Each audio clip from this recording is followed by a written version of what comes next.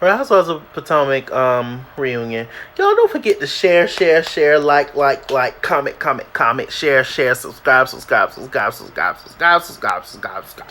and all that good stuff. What is that noise?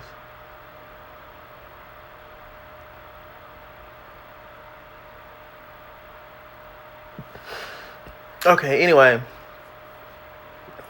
It's daytime right now. Gotta get my ring light and all that stuff set up for you guys. But Real Housewives of Potomac reunion. If you want to know I briefly just now I just posted on my wall my best looks and worst looks, etc. I should have put her in the middle, but my top 3 best looks was Karen, Askale, and Ashley.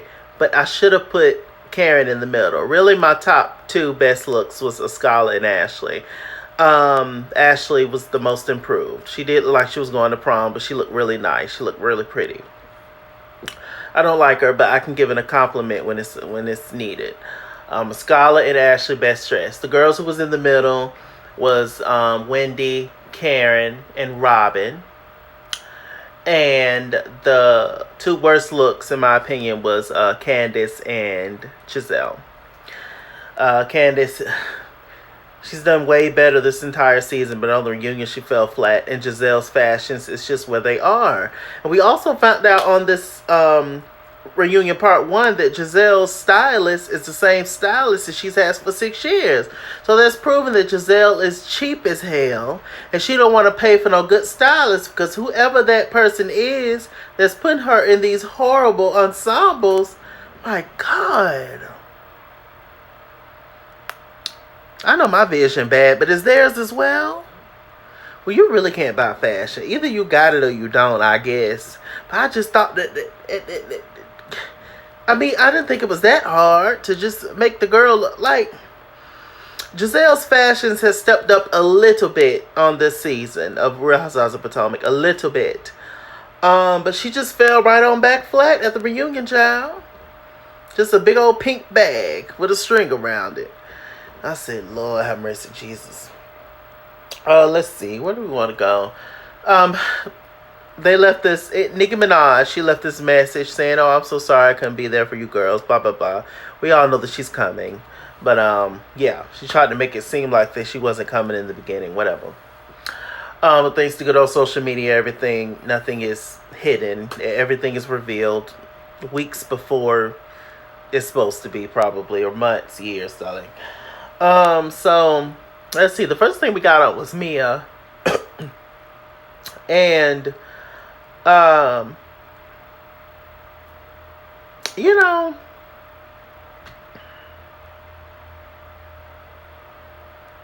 Mia can tell a lie. Mia can tell a lie quicker than a cat can lick his ass. You hear me? Mia, it's so interesting with Mia. It's so disappointing.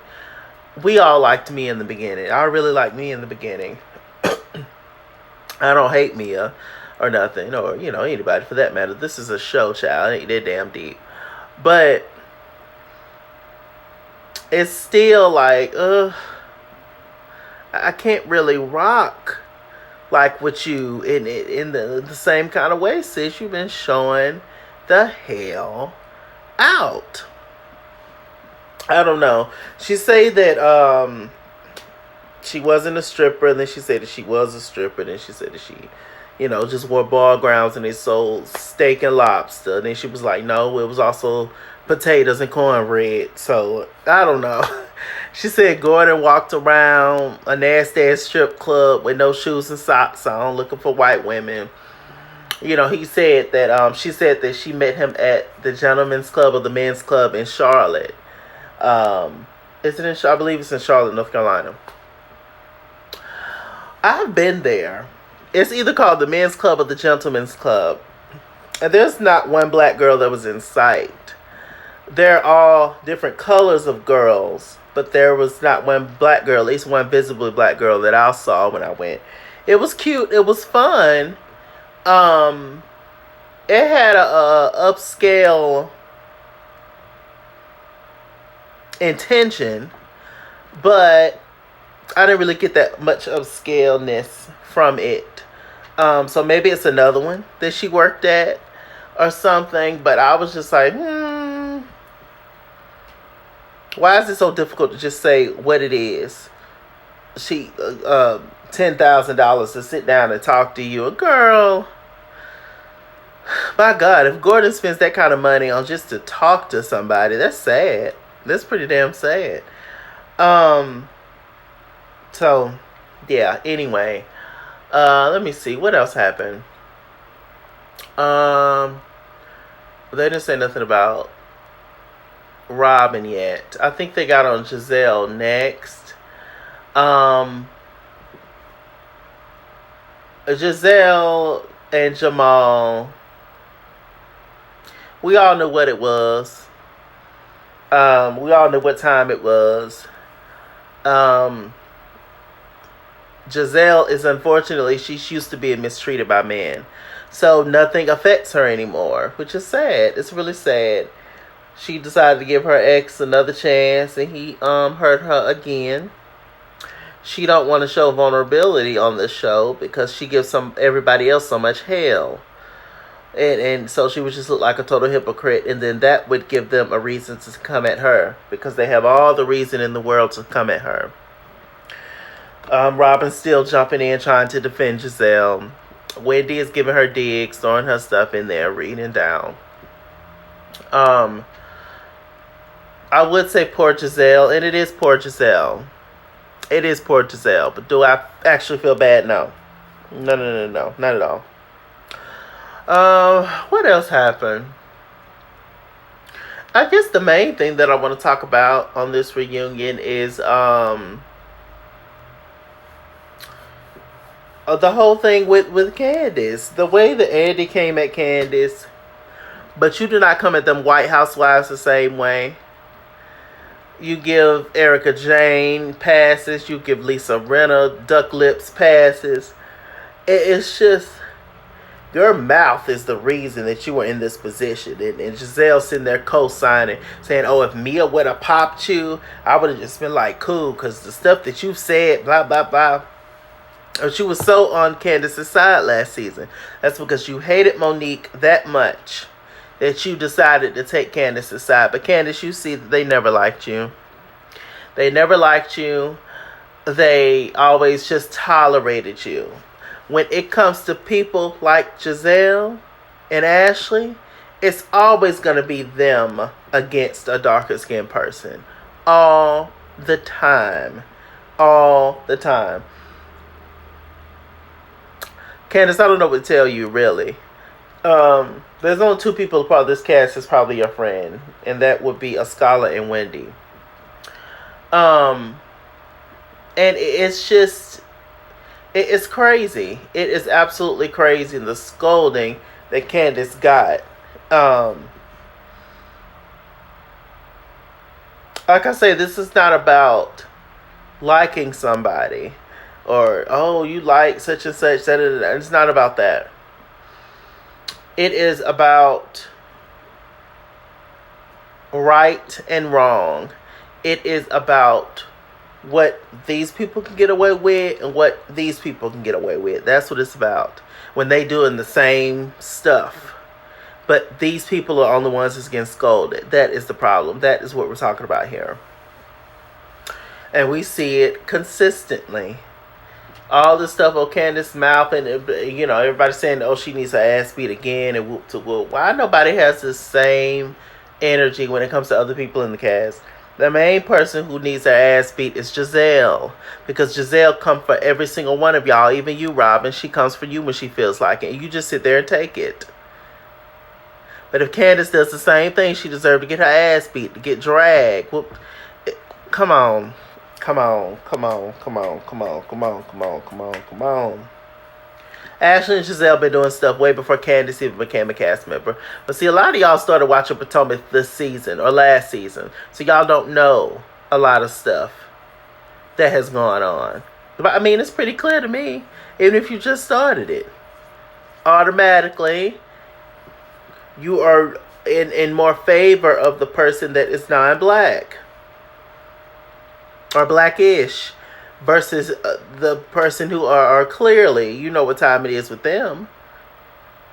It's natural. People don't even realize they do it. People don't even realize that they do it. And he has no idea that he's feeding into racism. He has no idea. Because to some people, racism is, as a white person, calling a black person the N-word. That's racism. They don't talk about the subliminal stuff. That's racism. They don't talk about you going into certain stores and them following you, asking you 5 different times, do you need help? When you told them the first damn time that you didn't need no goddamn help. But they keep following you and badgering you. Do you need help? What's going on? Can I help you with something? No, you can't help me with something. You asked me that. This is the 3rd time you done asked me that. Can I browse? Can I look? Meanwhile, Becky and all them, the ones that you don't think is stealing, is robbing your ass blind and walking out the store with all your good shit. But you sitting here worried about me. Okay. That's what they think. I think that black people think colorism is, you know, if you are sitting as a lighter skinned person, biracial person, you're saying that I can't stand dark skinned people. I hate that black da-da-da-da-da, monkey this, monkey that. That's what I feel like people think colorism is. Direct, in your face, I'm telling you what it is. No. People are very sneaky and conniving in how they move and stuff. It has nothing, it's not just blatant and in your face racism and colorism. You come on now. Come on, who would do that? Who's brave enough to actually do that? Because they know what they're going to get.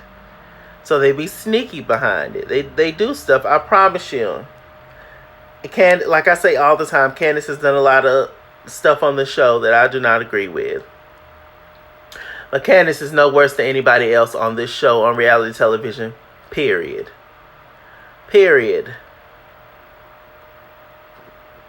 Child, a mess. Super sad to hear that because of Dot's mess, you know, talking about Chris at Candiace's photo shoot, that they have officially fell out, and it's just you know, it's unfortunate. But is Dot just doing what she feels like she needs to do to protect her child? Yes. So and I'm not saying that Chris don't have intention to do, you know, whatever. I'm not saying, I don't know, but it's just unfortunate. It's unfortunate that Candiace can't even pretty much live happy in her marriage, mainly because of her mom. Yes, Dot was being messy at the photo shoot, but all y'all have us fed into that, all of y'all. So stop. And Mia, at the end of the day, you ask Mama Dot about the tea, whether she was willing to give up the tea or not. Yes, she messy as hell and a mess. And stop trying. And Candiace says that she handled her mom off camera, which is what most of us would do to a loved one, your spouse, your mom, your sister. You're gonna handle them off camera because you don't want to come at your peoples on camera. So stop acting like y'all would not have the same reaction. Candy does the same thing with her mama. She let her mama say and do whatever for years on the Real Housewives of Atlanta. So please, what else happened?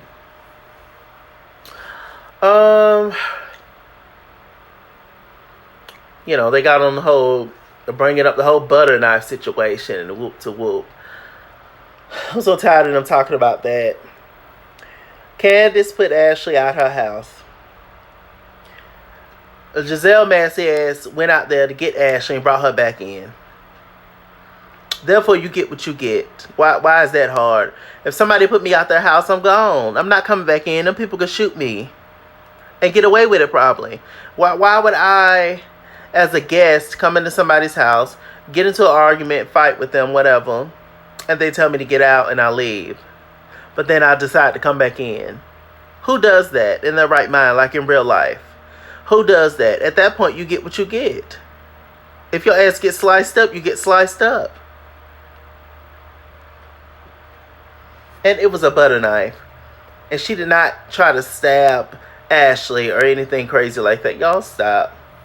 She waved a butter knife around. I would have picked up a chef's knife. A bread knife. If it was me. Hell. Y'all kept colorism. If Ashley picked up that same knife, if it was Ashley's home and Candiace came in there and disrespected it, Ashley, that's right, Ashley did the right thing. Candiace deserved that. She's being reckless. Who comes back into somebody's house after they've been put out? You see what I'm saying? If the roles were reversed, y'all would have a different reaction. That is why words like colorism and all that stuff comes up. Stop. It's exhausting. Really, it is. It's something else. It is something else. The people can just act like they just don't see it. Some of y'all blacks, I tell you, ooh-wee, it's so ingrained. You just have no idea. You have no idea. You sitting here, the little biracial child.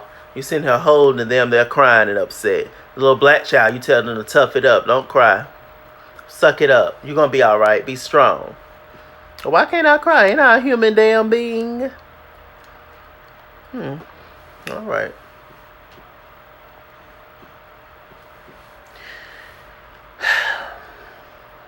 I think that's it, y'all. I think that's all I wanted to say. I thought I had more to talk about. Let me think. They didn't get on anything. I think this is a decent part one. But the main thing was just the Candiace scalding, and I think it's more to that. But what I want y'all to do is go on my page, and I posted a picture. It's from Bravo Holics or something like that on Instagram. And basically on the poll, it says that these are the people that we want back for next season. These are the people we want to let go. These are the people that we never want to return. And these are the people that we want to come back to the show. And it's real interesting to see. And people who claim that, oh, it's not colorism because Monique was brown skinned too. Stop acting like it's not levels to this blackness. Monique has said that she is, first of all, Monique is not dark skinned to me. And she's still lighter than Candiace. Because of colorism and because of how the world is set up, both Monique and Candiace wanted to be friends with the Green-Eyed Bandits.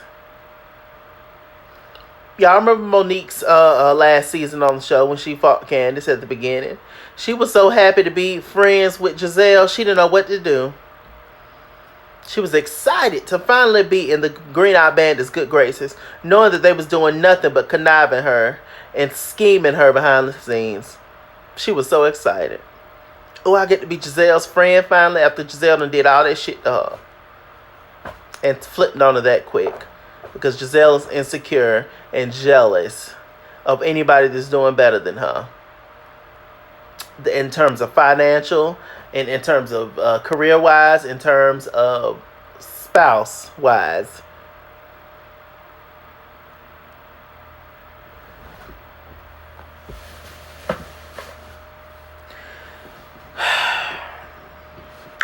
I'm MrChalaki.